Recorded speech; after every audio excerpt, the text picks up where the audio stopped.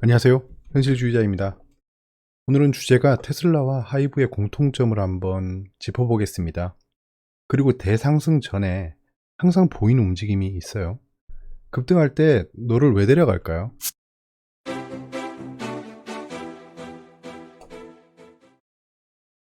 자, 오늘 주제입니다. 경제 뉴스가 강제로 전달해주는 메시지가 있습니다. 이거 제가 늘 말씀드리던 건데 오늘 잠깐 또 짚어보고 넘어갈게요. 테슬라 하이브, 그 다음에 삼성전자의 주가 동향 잠깐 짚어보고요. 급등 전에 보이는 움직임이 있습니다. 자, 악재우제는 아직 변함이 없습니다. 체크하시고요. 지금 전 세계적으로 반등하고 있습니다. 특히 유로존 중심으로 반등하고 있다는 게 보여지고요. 다시 한번 말씀드리지만 위드 코로나와 연관이 있습니다. 자, 지금 유가가 조정 보이고 있는데요. 유가가 만약에 60불, 50불 때까지 떨어진다면 만약에요. 그러면 아마 저는 WTI 그 ETN에 들어갈 예정입니다. 그리고 대만이 상승하고 있는 게 좀 보입니다. 대만이 상승하고 있는 걸 보고 대만이 상승한다는 건 무엇입니까? TSMC가 올라간다는 거겠죠. 반도체 종목이 현재 각광을 받고 있다. 이건 필라델피아 반도체 지수랑 같이 보면 될 것 같습니다. 자, 지금 지수가 괜찮습니다. 이제 쌍바닥을 찍고 올라왔고요. 어제 말씀드렸다시피 쌍바닥을 찍고 상승하기 직전에 와 있습니다. 거래량이 점점 증가하고 있고요. 지수가 쌍바닥을 형성했다 정도만 체크하고요. 여기서 강한 상승, 갭 상승이 일어나면 30이 발생했기 때문에 조심해야 됩니다. 예, 긴 음봉이 발생할 수 있습니다. 갭 상승이 3번 발생하면 음봉이 발생한다. 이런 공식이 아니고요. 갭 상승이 3번 발생할 정도로 투심이 과열됐다는 겁니다. 한번 조정하고 가겠죠. 15금리는 업데이트 되지 않았습니다. 하지만 단기금리 1개월물을 봤을 때 중국의 리스크가 좀 줄어들고 있다. 미중 무역 분쟁의 리스크가 존재하고 있지만 이제 곧 있을 미중 회담에서 나쁜 얘기가 나올 것 같지는 않다라는 게 보여지는 겁니다. 자, 지수가 쌍바닥 형성 중입니다. 그리고 댓글에서 다이버전스가 뭔지 모르겠다라고 하신 분이 있어서요. 간단하게 얘기하겠습니다. 주가의 고점은 올라오고 있지 않습니까? 근데 지수의 고점은 낮아지고 있어요. 지수가 아니고요. 죄송합니다. 보조지표의 고점은 낮아지고 있습니다. 그러니까 지수가 그 고점이 상승하고 있으면 보조지표도 상승하고 있어야 되는데 보조지표의 고점은 낮아지고 있다는 거죠. 이게 다이버전스라는 겁니다. 발산한다는 거죠. 발산. 그게 다이버전스라고 하는 거고 그 본 지표와 보조 지표가 방향이 바뀌면 그걸 다이버전스라고 하고 그러면 추세가 전환된다라고 익히 알려져 있습니다. 익히 알려져 있기 때문에 이걸 기반해서 프로그래밍을 하겠죠. 그 매매에 관련해서요. 그래서 그쪽으로 많이 움직이게 됩니다. 닭이 먼저나 달걀이 먼저나는 중요하지 않다고 봅니다. 일단은 다들 그렇게 알고 있고 그렇게 움직인다라는 겁니다. 그래서 다이버전스를 굉장히 중요하게 보고 있습니다. 이건 단기 트레이딩을 할 때 분봉에도 적용이 됩니다. 경제 뉴스가 강제로 전달해주는 메시지란 건데요. 지금 보시면 제가 네이버 포털에서 경제면을 그냥 경제면 하이라이트를 체크했습니다. 그 중에 이분 많이 본 분이죠. 존니란 분인데요. 이게 지금 대문짝만하게 돼 있죠. 이 기사를 들어가 봤어요. 들어가 보니까 액티브 ETF로 맞붙는 강방천 vs 존니 개미의 선택은 이라고 했습니다. 시간이 오후 11시 11분 빼빼로입니다. 근데 빼빼로 외기에 아무튼 캡처 시간이 11시 28분이었어요. 17분이 지났는데 그 전에 있던 기사들을 제치고 이 기사가 이렇게 하이라이트가 돼 있다는 겁니다. 그러니까 네이버 포털이라던가 신문은 여러분들이 보는 뉴스는 광고로 먹고 사는 애들입니다. 그럼 결국에 여기 일면에 가게 하는 건 광고겠죠. 돈을 많이 주는 애들 기사를 앞으로 띄워주는 겁니다.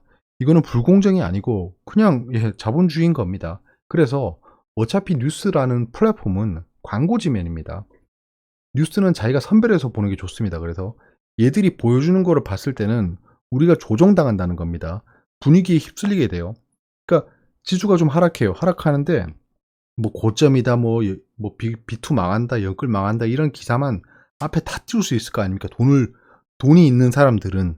그러면 사람들은 그걸 보고 겁을 집어먹을 거 아닙니까? 우와, 주식시장 망하나 보다. 그렇게 분위기를 만들 수 있다는 겁니다. 왜냐? 우리는 뉴스에 의존하고 있잖아요. 우리는 어떻게든지 간에 종목이든 시장이든 경제든 전 세계든 흘러가는 걸 보려면 포털에 접속해서 뉴스를 볼 수밖에 없는, 일방적으로 받아볼 수밖에 없는 겁니다. 그래서 여러분들이 유튜브에 와서 저나 다른 인플루언서들의 의견을 들어보고 균형 있는 관점을 유지하려고 하시는 거 아닙니까? 그래서 결론적으로 뉴스는 자기가 보고 싶은 걸 봐야 된다는 겁니다. 검색해서 봐야 되고 메인에 있다고 해서 참 좋은 뉴스는 아니에요. 그리고 테슬라 하이브를 좀 얘기해 보겠습니다. 이 두 개의 공통점은 일단은 개념을 보면 언론이랑 자칭 전문가들이 잘못된 프레임을 씌우고 있습니다. 기업의 본질을 호도하고 있다는 겁니다. 예를 들면 셀트리온이죠. 셀트리온은 바이오시밀러 회사입니다. 바이오시밀러 회사로 성공을 했어요. 성공을 했고 거의 뭐 우리나라의 개척자죠. 그 뒤에 뭐 바이오시밀러 아니지만 삼성 바이오로직스도 오고 뭐 기타 등등이 다 상승했습니다. 근데 지금 현재 셀트리온은 어떤 얘기를 하고 있죠, 사람들이? 코로나 치료제 얘기밖에 안 하고 있죠. 예, 램시마 이런 얘기 안 하고 있습니다. 뭐 달코 다른 뉴스라서 다룰 것도 없겠지만 일단 셀트리온의 본질은 바이오시밀러라는 겁니다. 근데 지금 뭡니까? 코로나 치료제가 뭐 팔 일이 많이 뭐 경쟁업체에 코로나가 인증받니 많이 이런 얘기만 하고 있죠. 머크에서 경구용 치료제가 나왔다고 해서 셀트리온이 이렇게까지 두드려 맞을 이유는 없다는 겁니다. 근데 그게 가능한 게 뭐냐면 언론이랑 전문가들이 프레임을 씌워놨습니다. 그러니까 셀트리온을 분석하는 사람들도 레키로나 이걸 봐야 된다. 코로나 치료제 임상 봐야 된다. 이걸 허용해 주는지 봐야 된다. 뭐 이런 얘기를 하고 있어요. 더군다나 최근에 셀트리온이 상승한 게 뭡니까? 레키로나가 유럽에 승인을 받았다. 이런 뉴스로 또 상승했잖아요. 그러니까 프레임을 씌운다는 겁니다. 그래서 테슬라와 하이브는 공통점이 있다. 뭐냐? 프레임을 씌우고 있다는 겁니다. 어떤 프레임이 씌워져 있죠? 자, 테슬라. 얼마 전에 트레이너 CEO가 얘기했죠. 테슬라 주가 거품 너무 많고 90% 폭락할 거다라고 하면서 이유가 뭐였습니까? 현재 시가총액은 테슬라가 전 세계 전기차 시장의 118%를 차지할 때만 가능한 수치라는 거예요. 일견 동의합니다. 맞는 말이죠. 왜냐? 전 세계 전기차 시장만 봤을 때입니다. 하이브예요. BTS 관련주라고 계속하죠. 보면 제가 그 유튜브에서 검색을 했습니다. 하이브라고 검색을 해서 봤는데 이게 대부분의 내용이었어요. 하이브 BTS 콘서트 기대감 주가 강세 보이나. 하이브 빌보드는 1위인데 BTS 빌보드 8주 연속 뭐 1위 이런 얘기를 하고 있는 겁니다. 그러니까 지금 프레임을 씌우고 있는 게 뭐냐면 하이브는 방탄소년단, 테슬라는 전기차. 뭐 테슬라가 전기차가 아니라고 하실 분은 없습니다. 하지만 얘가 말했는 것도 틀린 건 아닙니다. 전 세계 전기차 시장의 118%를 차지할 때만 가능한 시가총액으로 형성되어 있는 건 맞아요. 근데 그거를 그렇게 직선적으로 해석하고 있다는 겁니다. 직선적으로 해석하고 싶은 거겠죠. 이렇게 해석하는 사람들은 다 압니다. 뭐 이분들은 모를 수 있어요. 하이브에 관련해서는. 근데 테슬라를 분석하는 사람들은 테슬라의 모멘텀이 뭔지 누구보다 잘 알 겁니다. 뭐 테슬라 데이만 봐도 알겠죠? 자, 그럼 어떤 거죠? 뭐 우리나라의 언론은 좀 배제하고요. 구글을 좀 찾아봤습니다. 자, 보시면 이건 뭐 쉽게 찾을 수 있는 내용이에요. 자, 테슬라는 인더스트리얼 로봇, 휴먼 인 매니팩처링이라고 하죠. 손으로 제작하는 거랑 로봇을 이용하는 거랑 그 개념의 차이를 가치관의 차이를 비교하고 있는 거죠. 테슬라가. 이제 로봇을 이용해서 무언가 인간의 그 노동력을 대체하겠다 이런 얘기를 하고 있는 거예요. 그 다음에 why Tesla acquired 뭘 인수했느냐 딥스케일이라는 겁니다. 이게 뭐냐 머신러닝이죠. 예, 인공지능입니다. 인공지능하고 머신러닝은 뭐 같지는 않습니다. 머신러닝이 인공지능 안에 들어가는 거죠. 근데 동치로 하겠습니다. 테슬라 비클, 자 테슬라 차량은 풀 셀프 드라이빙 FSD죠. 완전 자율주행 요런 얘기들을 하고 있습니다. 자, 여기서 전기차에 해당하는 거는 없죠. 네, 전기차 제조업에 해당하는 거 없는 겁니다. 맞죠? 자, 하이브입니다. 블랙핑크 to join Hive's fan community라고 합니다. 블랙핑크는 YG 엔터테인먼트에 있습니다. 근데 하이브의 팬 커뮤니티에 들어갔다는 겁니다. 이런 얘기가 있고요. 하이브 리딩 인 보스 뮤직 앤 플랫폼 아레나라고 하죠. 플랫폼. 그 내용을 보면 이거는 방시혁 그 사장님께서 얘기했는 건데요. 라이프 사이클 플랫폼 컴퍼니라고 하죠. 하이브는 라이프 사이클 플랫폼 컴퍼니라고 천명하는 겁니다. 무엇을 통해서? by removing 뭘 제거했다고 하죠. 엔터테인먼트란 글자를 없앤 겁니다. 빅 히트 엔터테인먼트였죠. 자, 그래서 제너럴 컨텐트 그룹 그냥 방탄소년단에 국한된 게 아니고 그냥 제너럴한 일반적인 컨텐츠를 생산해내는 그룹이다 이렇게 얘기하는 겁니다. 자, 그럼 뭐죠? 그 테슬라나 하이브는 플랫폼 기업을 지향하고 있는 겁니다. 그러니까 테슬라는 전기차를 만들려는 전기차 제조업이 아니고요. 하이브는 방탄소년단을 필두로 세운 엔터테인먼트 업체로 앞으로 계속 미래 먹거리를 발굴해 나가려는 게 아닌 거예요. 얘들이 계속 그런 식으로 움직이고 있다는 겁니다. 근데 언론이나 전문가들은 테슬라는 전기차다. 하이브는 엔터테인먼트다. 이렇게 얘기하고 있는 거예요. 방탄소년단이 콘서트 하는 거랑 하이브랑 무슨 관계가 있겠습니까? 방탄소년단 콘서트로 하이브 주가가 형성되려면 지금 굉장히 거푸인 겁니다. 왜냐면 방탄소년단 리스크가 있잖아요. 전 세계적으로 유명한 아티스트지만 우리나라 특성이 군대 리스크도 있고요. 그리고 그 아이돌의 특성상 나이가 올라가면 올라갈수록 어쩔 수 없이 감가상각이 생기는 겁니다. 자, 그래서 테슬라는 뭐라고 했죠? 4차 산업혁명의 중심에 있습니다. 로봇, 자율주행, AI 이런 것들에 대한 플랫폼 모멘텀을 가지고 있죠.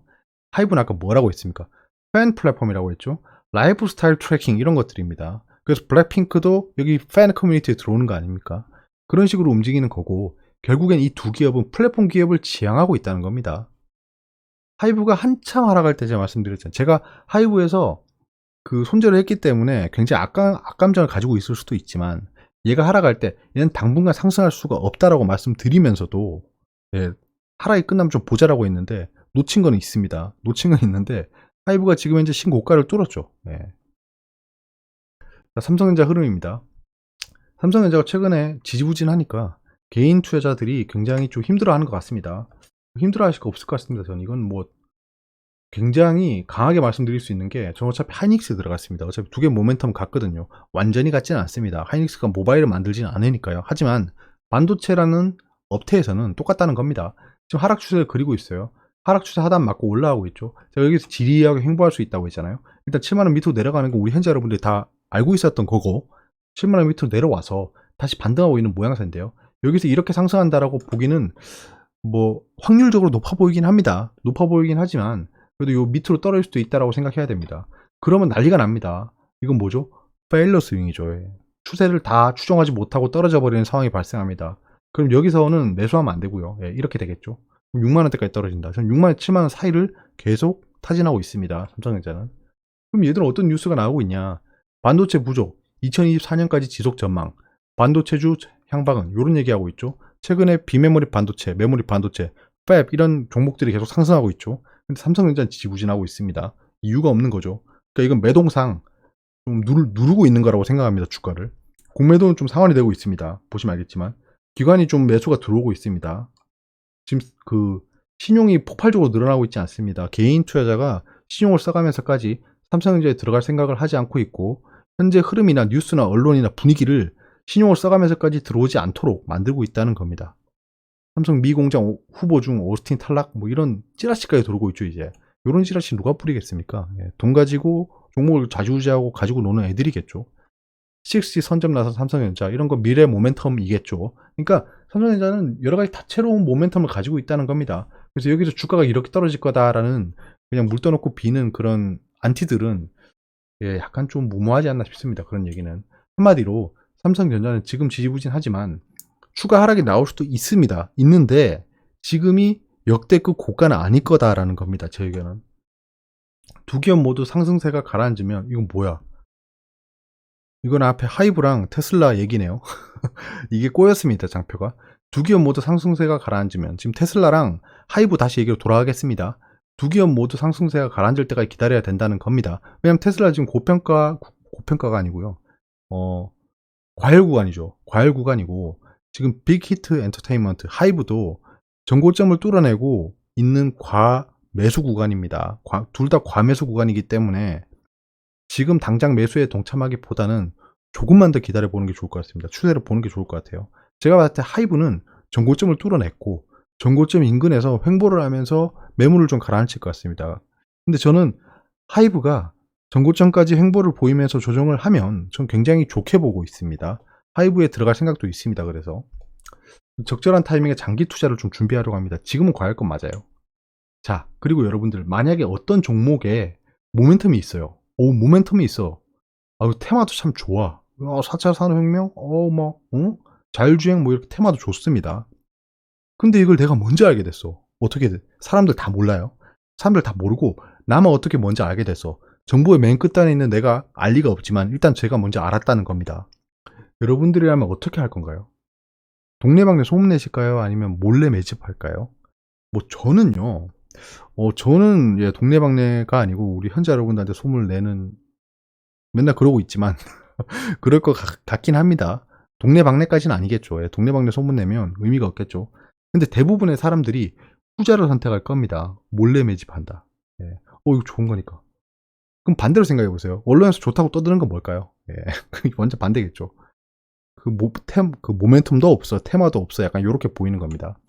자, 그러면 급등전에 보이는 움직임이 있습니다. 자, 지금 이게 1000원대에서 6600원까지 올라갔네요. 이 종목이. 6배 올라갔죠. 우와, 이렇게 올라갔네. 근데 뭔가 이상하죠? 이게 뭐지? 왜 이렇게 스윙을 타는 거죠? 자, 이때를 보시면 2000원짜리가 1300원까지 거의 반토막이 나버립니다. 여기 또 매집봉 보이죠? 제가 늘 말씀드렸던 건 매집봉입니다. 이게 매집봉. 이때 제가 냄새 맡았었죠.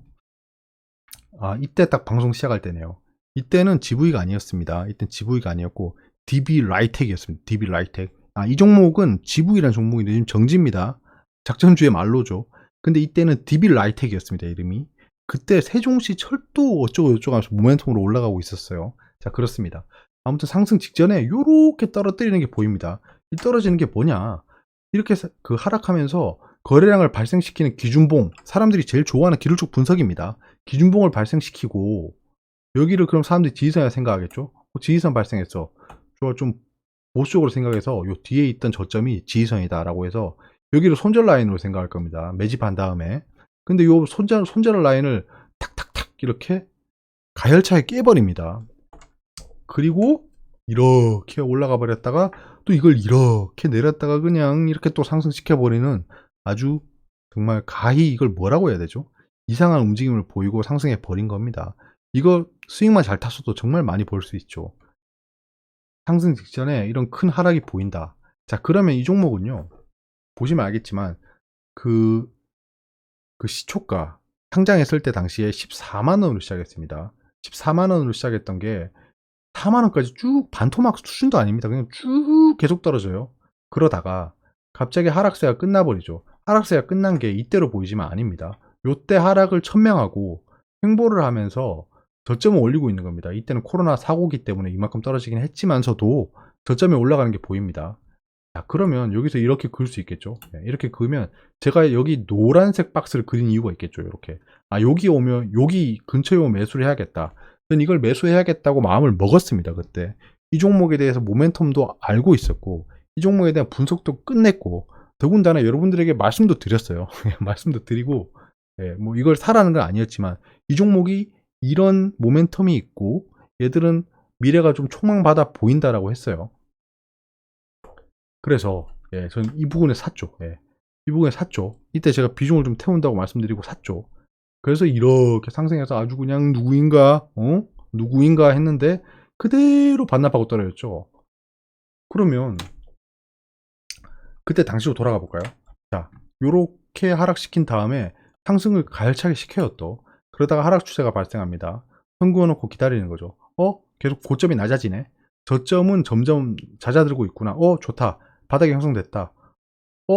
근데 바닥이 형성됐기 때문에 내가 생각했던 라인까지 안 오겠네. 근데 난 이걸 매수할 거야. 그럼 여기서부터 분할 매수를 시작하자. 하락했어. 지지선을 다시 밟았네. 올라갑니다. 사요. 21선 사요. 이렇게 매집을 끝냈어요. 1차 매집만 했습니다. 1차 매집만 끝냈는데 다시 이렇게 상승하다 그대로 돌아와 버려요. 흐름을 한번 보세요. 그러고 횡보를 힘없이 해버립니다. 야, 이거 손절각이잖아요. 야, 이게 뭐야? 이거 전저점 깨고 내려갈 수도 있겠다. 심지어는 이때 전저점을 깨는 모습까지 계속 보여줍니다. 지난 저점을 깨고 있다는 겁니다. 그러니까 사람들이 손절을 하고 있겠죠. 에이씨, 그러면서 글로 쳐먹었네. 그 뒤에 어떻게 되죠? 이게 가장 최근입니다.